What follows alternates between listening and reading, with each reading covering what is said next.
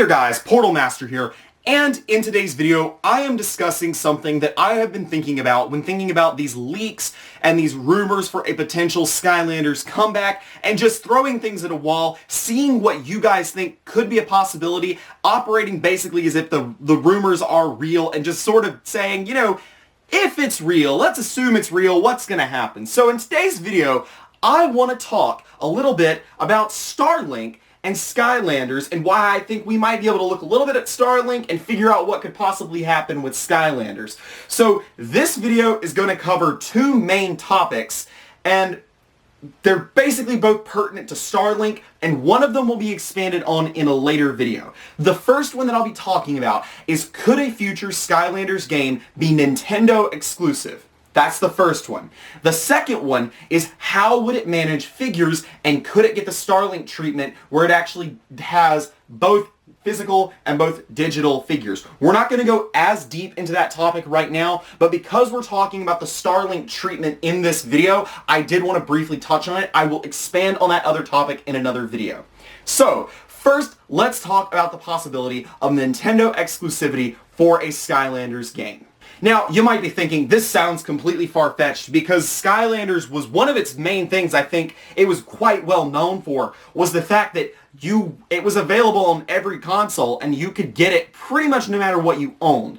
Spyro's Adventure, this was actually true to almost an extreme, where it was available on PS3 and Xbox, and it was also available on PC, and it was also available on 3DS. And then so when I think by the time it got to Giants, you know, they added the Wii U, and then they added all the consoles. The point is that they were always well known for supporting all the consoles.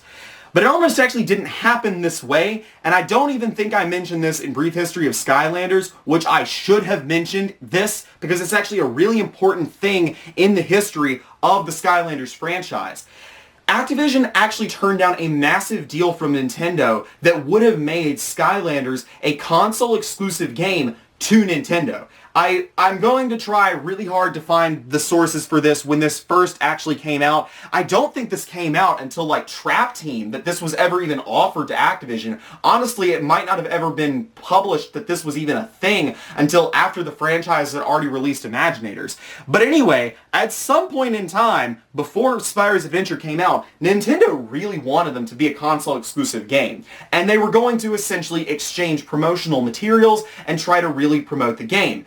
Activision maintained a very healthy relationship with Nintendo throughout the franchise's lifetime, honestly, and the Wii was the #1 selling platform for this game up until Trap Team, which is the last game that released on the Wii, because Superchargers essentially released a spin-off and then Imaginators didn't release at all. The Wii was wildly successful in terms of Skylanders, and if it wasn't for the Wii, Skylanders wouldn't have even been anywhere near as successful as it actually was.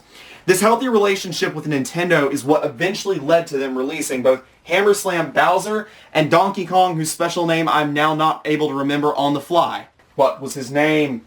Real talk, all things considered, these are some of the coolest Skylanders they ever made. Hammer Slam Bowser is honestly one of my favorite characters they ever made, and I feel so weird for saying that, because he's not even an original Skylander, and he's one of the coolest ones. Like, I feel really weird for saying that, but honestly, it's the truth, man. Their vehicles were awful, though, don't get me wrong. The vehicles they made, that was not it, Chief. Obviously, the gaming market is in a very different place right now. There is no Wii equivalent in the true sense. While the Nintendo Switch is still a very, very powerful game seller, like, honestly, the Switch is really getting up there in terms of buying power. A lot of people are starting to own Switches, especially with the introduction of the Switch Lite.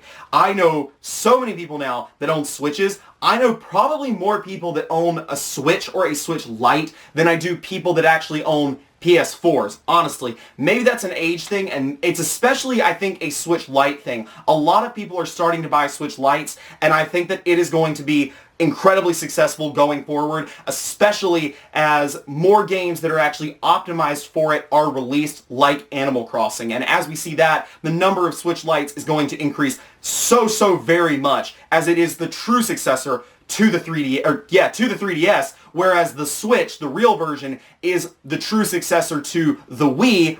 However, it is a little bit watered down in terms of motion controls, and it doesn't have as unique an of games as the Wii did, it is still more the successor to that than, you know, of course, anything else. I really don't need to explain that to you, but the point is, the Switch is powerful. Maybe not in terms of what it can actually play, but the Switch as an entity, as a selling force, is powerful. And let me tell you something about the Switch that makes it unique to other consoles. It can dock. No, that's actually not the point I'm trying to make. The actual point for the Switch is that it has an NFC reader built into the console. That's what actually sets the Nintendo Switch apart from all the other consoles. PS4 doesn't have it, Xbox doesn't have it, neither Xbox has it, and then also PS5's new controllers don't have built-in NFC readers either. But Nintendo was smart and put it there for Amiibo compatibility. What makes this so powerful is that if Skylanders came back but wanted to sell a starter pack at a regular MSRP of $60, which would be different than anything they ever did when they always released starter packs for $75, which is above the industry standard for a video game, they could completely cut out the Portal of Power, include 2 figures, and sell it for a regular game's MSRP and just be done with it, if they utilized the Nintendo Switch. Obviously, this would be a lot more difficult for anything like the Xbox and the PlayStation, where you'd have to sell a separate Portal of Power. With the power of actually, you know, coupling up with Nintendo, being able to pull exclusive characters like this back into the game, I think that it would make Skylanders a much stronger force in its possible return. We saw this with Starlink, and that's why I'm coming back to Starlink. Starlink sold so much better on the Nintendo Switch than any other platform, solely due to the Star Fox content that was there. Don't get me started on why Starlink failed. It's not because it wasn't a good game. It's because it was a good game that was released at the wrong time, marketed in the wrong way, and used outdated technology for its Toys to Life things, and also it was just straight up overpriced. Skylanders, whether you think it or not, is actually still a very powerful media piece. It's still a well-known franchise. A lot of people my age have heard about Skylanders at the very least, if not having played it as a kid. And a lot of younger people, like younger kids, know about it too. The sheer number of young YouTubers that I see on YouTube making content about Skylanders is way higher than I would have expected. It's actually got brand recognition behind it. So if Nintendo gave Skylanders the Starlink treatment and put several characters of theirs straight up into Skylanders, coupled with like Crash and Spyro, you would be looking at a really, really strong crossover game that I think would sell quite well on the Switch, especially if it included elements of each character's respective original games, which is something that Skylanders did wrong, in my opinion, with Spyro's Adventure, marketing it with Spyro, but then not really including any original elements was a failure, whereas Star Fox was more appropriately themed to Starlink, if that makes any sense. Giving it the Starlink treatment would be so very powerful.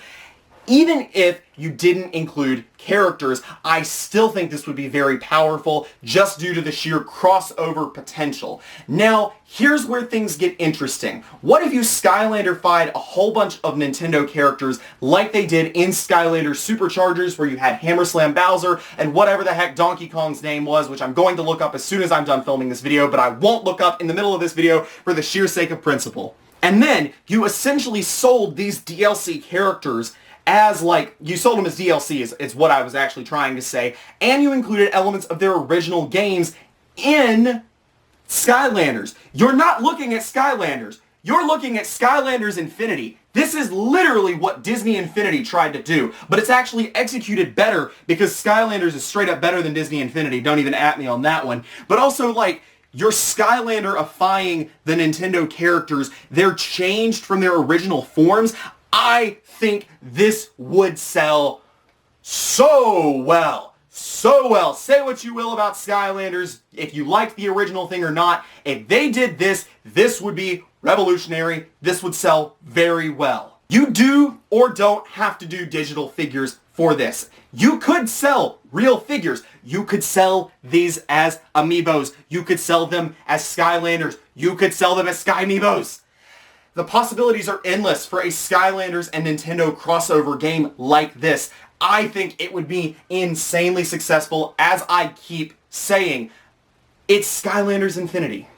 The main reason that I even think this is on the table is just due to the fact that this is already even a established thing that has happened in the past.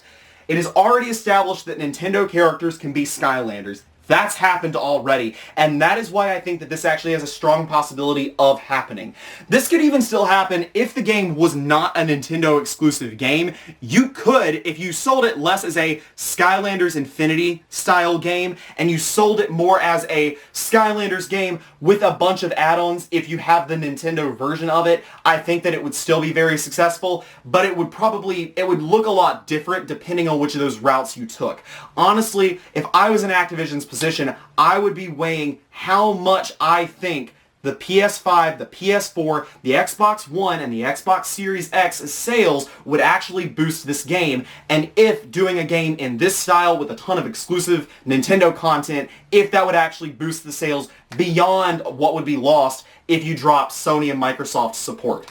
It's a difficult decision, and it would be a riskier play than going with a more traditional Skylanders game with digital figures, but I think it could pay off, and I think that if they are looking at a new and unique way of trying to make Skylanders profitable that does still go off of certain establishment Skylanders principles and plays into previous relationships, I think this is a possibility. I think Starlink had a good plan, executed it poorly, but who knows what could happen. Obviously, the leaks still aren't confirmed. The rumors still aren't confirmed. I'll be keeping you guys updated as more news comes in. But for now, as I've said, I'm throwing ideas at a wall, seeing if they stick and seeing what you guys think about them. I want to talk about things that could be done with Skylanders in the future as if these leaks are real. So that's what I'm doing, basically. Thank you so much for watching. Please do tell me what you think of these ideas down in the comments below. That's all I have for you guys today. This has been Portal Master. Remember to like, comment, subscribe, and go drop a follow on Twitter and Instagram for me. I'll see you guys next time.